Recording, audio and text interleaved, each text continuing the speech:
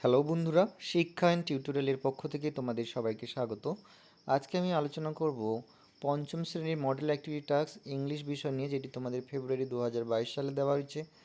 এবারের যে প্রশ্ন সেট তোমাদের টোটাল 15 নম্বরের প্রশ্ন দেওয়া হয়েছে ইংলিশ বিষয়ে, এবং এখানে আমি সমস্ত প্রশ্নগুলোর উত্তর আমি এখানে করে দিয়েছি, দেখে নিও। তোমাদের একটা প্যাসেজ দেওয়া আছে তোমাদের টেক্সট বই থেকে, যেহেতু দেওয়া হয়েছে তাই আমি এটাকে আর পড়ে ভিডিওটিকে বড় করব না, জাস্ট উত্তরগুলো তোমাদের সুবিধার জন্য বলে দিচ্ছি। তোমরা এইভাবে সুন্দর করে খাতা লিখে নেবে এবং স্কুলে জমা দেবে। প্রথমে একের দাগে দিয়েছে গান্ধীজি ভিজিটের, উত্তরটি হবে সি এর দাগের উত্তর ওড়িশা। দুইয়ের দাগের প্রশ্ন দিয়েছে the old women gave Gandhiji a dash, এটা লিখবে ডি এর দাগের অপশনটি কয়েন। তিনের দাগের প্রশ্ন আছে the women could not stand straight because, এর দিকের উত্তরটি হবে শি ওয়াজ ওল্ড।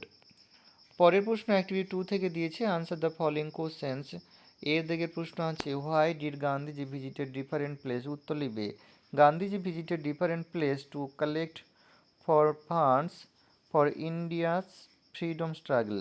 দুইয়ের দিকের উত্তরটি প্রশ্ন দিয়েছে what did Gandhiji made the old women, উত্তর লিখবে in Odisha Gandhiji made the old women. পরের প্রশ্ন হবে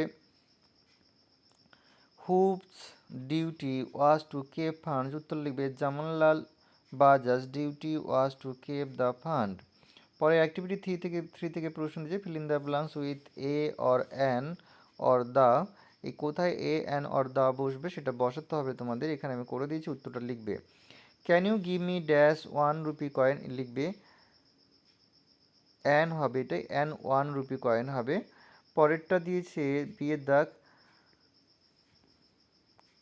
Kanchenjunga is dash third highest monuments বা মাউন্টেন ইন দ্য ওয়ার্ল্ড, উত্তর হবে the Kanchenjunga is the third highest mountain in the world, অর্থাৎ দা বসবে। পরেরটা I saw a peacock in the park, অর্থাৎ এ বসবে। পরের প্রশ্ন activity 4 make sentence with the following ওয়ার্ডস, এখানে যে প্রশ্ন শব্দগুলো দিয়েছে সেখান থেকে তোমাদের বাক্য রচনা করতে হবে। ফ্রিডম, উত্তরটি লিখবে নেতাজি ওয়াজ আ ফ্রিডম ফাইটার। হ্যাপি আছে, পরে লিখবে আই এম সো হ্যাপি, এটা লিখতে পারো, বা তোমাদের পছন্দ মতো তোমরা মেক সেন্টেন্সও তৈরি করতে পারো। তবে ফ্রেন্ড লিখবে রাম ইজ মাই ফ্রেন্ড, আরও তোমার বন্ধুর নামও দিয়ে লিখতে পারো, কোনো অসুবিধা নেই। এইভাবে কিন্তু পুরো ভিডিওটা সুন্দর করে দেখে দেখে এবং শুনে লিখবে, কারণ ফার্স্টের উত্তরটি একটু আর্টিকেল প্রিপোজিশনে ভুল ছিল, সেটা তোমাদের বলে দিলাম। পরের ভিডিওতে তোমরা দেখা হবে, সবাই ভালো থেকো, সুস্থ থেকো।